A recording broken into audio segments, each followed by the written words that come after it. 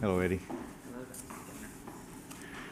Good afternoon to everyone. Thank you for joining me for today's weekly update. We have a couple different issues to cover. Specifically, I want to talk about the issue of prison space, and then secondly, we'll give our COVID report. I'm joined by Secretary Solomon Graves, who does an incredible job of leading our Department of Corrections, also by Dr. Jennifer Dillahay from the Department of Health, and we have Gina Wendell, Chief of Staff of the Department of Education. So let me first start with our prison space. Over the past 2 years, the Arkansas Department of Corrections saw a decline in prison population, but it was artificial. It was largely due to COVID and the restraint on bringing prisoners into the system. But the projections show that population of prison inmates will continue to increase over the next 10 years. Because of this growth, we need to add additional prison space to house these offenders. The first responsibility of government is public safety. That's a big responsibility for our state, and it rides on my shoulders, and I look at our prison population. We need to address the issue of adequate space. If you will recall through history, when I got elected, it was recommended that we spend $100 billion on expanded prison space. We reduced that to $50 million plan, and we added prison space. And we also adjusted our laws that would put more in the parole system versus the prison system. We enhanced our ability to supervise that, and you'll see some of the results of that today. But even with all of that, we are growing as a state in population, and obviously at some point you have to continue the increase of prison space. For all of those reasons, I'm supporting a plan to utilize part of our surplus to expand the North Central Unit in Calico Rock to add approximately 498 additional prison beds. This is almost 500 beds, of course. The cost is not fully determined, but it should be way less than $100 million, somewhere between $60 and $100 million. But those costs will be computed more carefully whenever we have architectural design and more planning in place. I approved the planning for this project some time ago, and the Department of Corrections received approval from the Board of Corrections just this week. And I wanted to announce my support of it. For this step, they will be in the process of soliciting plans from architecture on this project, and they will continue to move forward with this. And I wanted to provide a little bit more history with this. So let's look at these graphs. And these are projections. The first one is historical and projected Department of Corrections population. And whenever you look at 2015, that's the red line, is the historical part. We've been consistently about 16,000 in our prison population. And then you see that drop, and of course the drop is artificial because of COVID. And then the projection, of course, is to see that move up. It grows about projected growth is 1.4% per year. And so with that, obviously, we need additional prison space anticipating the future. And then I want to do a further breakdown on the next chart.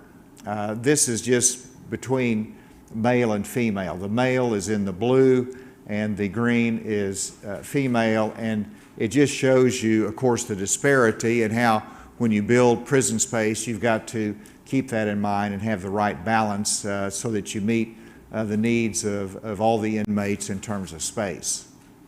And then if you look at I want to break it down to the admissions to the prison system, and the green are parole violators and the red is new commitments. And it just goes to show that we are using the parole system, and whenever you look at, let's say 2015, which is right in the middle, you see the green was 5,000 parole violators that came into the system, and that's remained fairly consistent. You see on that last column that we still have 5,400 parole violators coming in the system, but the red number are those that are first-time offenders or commitments, and that was reduced. Once again, everything slowed down during COVID, but obviously that's going to come back very quickly as we see our case numbers go down.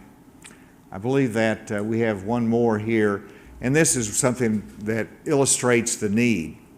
This is our county jail backup numbers. And you hear our county sheriff speaking of this, and it puts a burden on them. And so whenever I became governor, well, way back before then, it looks like, these are county jail backup totals by month from March of 2020 to 2022. And we've tried to manage it more in the 1,400 level is what I like to see, but we see it now at 2,251. It was up to 2,345 in January. This number is too high, and it does not give our local court system enough flexibility to arrest people on misdemeanor offenses and to have adequate space in their county jail for other purposes. And so we need to get that backup down. Now, as you build more prison space, this is going to be relief down the road, but it takes time to build a prison. In the meantime, I've instructed and asked Secretary Graves to be sure that we work to reduce that backup. It was artificially high again because of the slow intake through COVID. But we've got to relieve the pressure on our counties, and so we want to see that number reduced. And I've challenged Secretary Graves to help in that end. This whole project is needed for a couple of reasons, of course. There's needed space in the prison system because of natural growth, and secondly, we also have the backup in the county jails that we want to relieve over the long term and have a permanent solution for this. And so with that, we'll take questions a little bit later on in reference to this, and Secretary Graves will be available as well. And then let me go on to our COVID update. Since last Thursday, active cases have been cut in half. From 49,764 down to 24,200. Hospitalizations have decreased by 348 in the last week. Unfortunately, our deaths continue to go up, and it will not be very many days until we reach the 10,000 mark in terms of Arkansans who have died as a result of COVID. Vaccinations have slowed as well. In the last week, only 17,000 doses have been given. This is an average of 2,400 doses per day. We hope that that will increase, but with our numbers going down, that's going to be a challenge to get people's attention and realize the importance of that. But we want to continue to encourage vaccination, as you'll see from the data. And so you're looking at the data for the last 24 hours. We've given out 3,800 doses, and our immunizations that are fully have gone up about 1,200. If you go back to, I think we've already covered the other slides as I was speaking, but let's look at the deaths. Well, let's start right here. This is plus 10 in deaths. It's down. That's going to go up. There's a timing issue there, so that's encouraging, but we expect that to go back up. It's just a tailing indicator again. Our active cases have gone up 1,800, which is down from last week. The next one, here's the doses given, I've already covered, and is there another one? The hospitalizations down 66, ventilators down 5. And then you go to the next chart, we'll see it just in graphic form. This is the number of currently hospitalized. And now you see the number hospitalized, 1,257, is lower than it was at the peak of the Delta. So that is very good news, that trend line for our hospitals, relieving some of the pressure there. The next one, you'll see how steep the rise and decline of Omicron has been. Steeply goes up, and just as even more quickly has gone down, and we trust that that will continue in the coming days. Again, we always like to remind everyone as to what it looks like in terms of the data on those that are having new cases that are infected. 72% of those of new cases have not been fully vaccinated. When it comes to hospitalizations, 81% of those that are being hospitalized have not been fully vaccinated. And most significantly, when you see approaching 10,000 deaths, many of those happened before we had a vaccination. But those that happened after we had the vaccine, it's really very difficult to look at this statistic that 82% of those were not fully vaccinated. So with that, I hope that that is an encouragement. Our positivity rate continues to go down. It's down to 17.4%.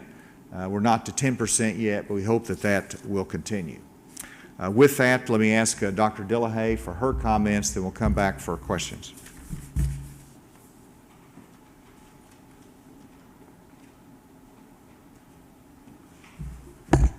Thank you very much, Governor.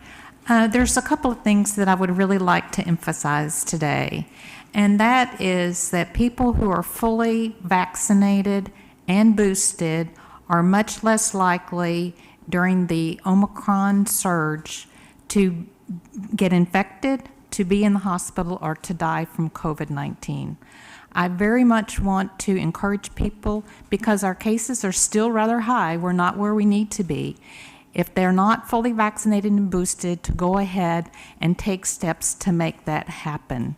We know that just a little over 2% of the people that have been reported to die since the beginning of December have been fully vaccinated and boosted. So we know that these vaccines can greatly protect people. So I encourage people to do so. Thank you. Thank you, Dr. Dillehay, and with that, we're happy to take any questions. So with the vaccinations as low as they are right now in terms of people getting vaccinated, what's your strategy for changing that, or do you think it can be changed? Well, our strategy will be to continue with our marketing campaign, encouraging vaccinations, both in terms of public marketing, but also in terms of community action. We still have vaccination clinics that are produced locally. We encourage everyone to go see a trusted medical advisor to get the right information to make the right decision. And so that's the strategy. Everybody knows from our repeated encouragements, but also the data as to the benefit of the vaccine, and we want Arkansans to make the right decision. Do we have a cost or timeline for the prison expansion? In terms of the cost, we do not have firm figures because we don't have the architectural design yet. But from the information I have, we had estimated around $60 million, but that's why I said between 60 and 100 million, because that's a lot of beds. We want to wait till we get the architectural design in first before we really put a 100% number on that.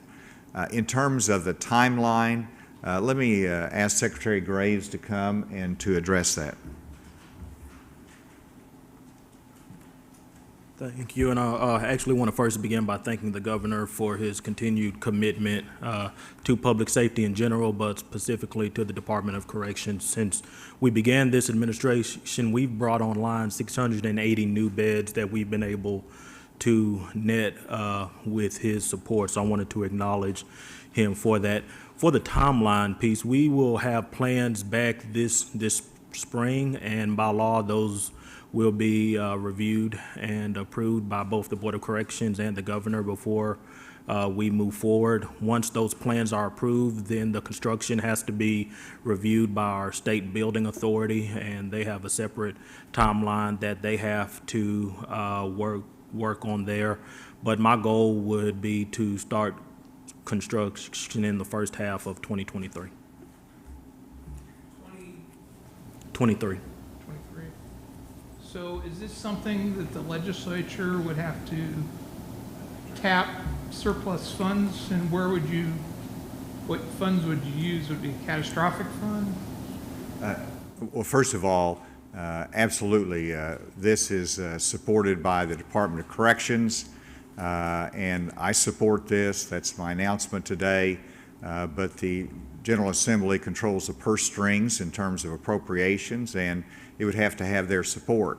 And that's why we're bringing this forward now, is because we have a fiscal session that starts next week, and we want this on the table. As to the source of funds for this, my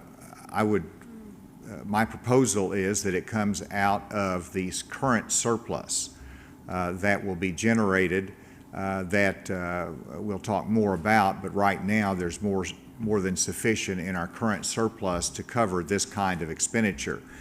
This is a one-time expenditure in terms of the investment. Obviously, when it's online, there'll be operating costs, but that can be dealt with in a future budget session. But this would not be catastrophic reserve. That's set aside. We want to keep that at a high balance. This is our current surplus that we'd look at, and it would take legislative support. So the surplus we're accumulating this fiscal year? Correct. Okay. That will be available June 30th. Let's go remotely. Are there any questions? Yeah, Governor, it's Mitch McCoy at Channel 4. What do you consider fully vaccinated, and have you considered changing what fully vaccinated means to people who have received the booster? And if you don't mind, could we get an update on how many people have received the booster shot? Okay, I'll ask Dr. Dillahay to come if she has that data. But in terms of fully vaccinated, this is speaking of the original vaccination shot, which in the example of Pfizer is a two-shot regime. So it's fully vaccinated in the sense of the original shots, and then so it doesn't include the booster shot. In terms of how many booster shots that we have given, Dr. Dillahay, can you comment on that? Well, we do not have those data with us right now. We do have the number on our website, but I don't know that number off the top of my head. Did I describe that right on what we consider fully vaccinated? Yes, fully vaccinated are people who have received their primary doses, and then if someone has been boosted, we consider that person up to date. And that's what we're hoping for, is everyone will get up to date with their vaccines, because the doses needed, including the booster dose, has changed as we have had various variants arise, including the Omicron variant. And it could be that we'll have another variant in the future. Thank you. Next question. Good afternoon, Governor. Brett Raines of 4029 News. Good to talk with you. Regarding the upcoming fiscal session, is that your main priority and focus, the additional prison space? Can you highlight some other top priorities that you're hoping to see accomplished? And then for context, for additional prison space, is this something where we just expect to see an ever-increasing number of prisoners and where we're always going to need additional space in the future? Well, in regard to your first question as to other issues that we'll have to address in the fiscal session, I'd like to keep the focus on the investment in adequate prison space and public safety today. As I give my State of the State address next week, we'll be outlining a number of different items then to highlight those priorities during the fiscal session. In terms of the ongoing needs as to prison space, regretfully, as you grow in population, historically, the prison population grows as well. We're a growing state, and so if we can't eliminate crime, they're going to have to make sure public safety is guaranteed by incarcerating those that are violent or career criminals, or those that are necessary to confine. We're always looking for ways to do right by our criminal justice system. We've had different types of reforms in the past that have had some impact on our prison population. We don't always get it right perfectly, and so we adjust it again, balancing making sure that our violent criminals have adequate time in prison, that are punished adequately, and the public is safeguarded. But we also always are looking at our nonviolent offenders, whether we're getting that right, making sure that we have adequate parole officers, making sure our investments are sufficient for both policing but also the supervision that is necessary. But I do expect, and that's why we have this projection, it looks like a 1.4% growth rate that's being projected in the future. So we'll see if that is accurate, but we've got to be able to plan on that future and have adequate space. Governor, this is Alex with KNWA. I'm in Fayetteville. We've heard from some pharmacies here that they're still not having received the free N95 masks from the federal government. Do you have any update on the distribution of those masks? So if I heard the question right, you've have a number of people that have contacted you and said they have not received their N95 mask from the website, from the federal government, as they go on the website and order that. And the answer is we're very glad that we're able to get our state distribution out and make sure that those masks were available. And then secondly, I have not heard anything more in terms of the federal mask and their delivery dates. So I hope that people are receiving those, and that's an exception, but I have not received any additional details. Governor, this is Zoe in Channel 5 in Northwest Arkansas. A lot of states are putting a hold on gas tax. Is Arkansas looking to do anything like that? I'm sorry, you're going to have to say that again a little bit slower. A lot of states are putting hold on gas taxes. Is Arkansas looking to do anything like that? A hold on gas tax. I'm sorry, I do understand it now. In terms of a hold on gas taxes, with the information coming out today, the new data on the record inflation increases, it is obviously a concern to us that this is really hurting Arkansans as they go to the pump, as they're trying to get to work, provide for their family. This is very, very burdensome. There's not been any specific discussions on a suspension of the gas tax, but we know that that is hurting, and we hope that we can have better controls from the federal level on that increase of inflation. We'll continue to look at that, and we know that that is a real challenge for Arkansans. With that, thank you all very much for your attention today, and we'll see you next week.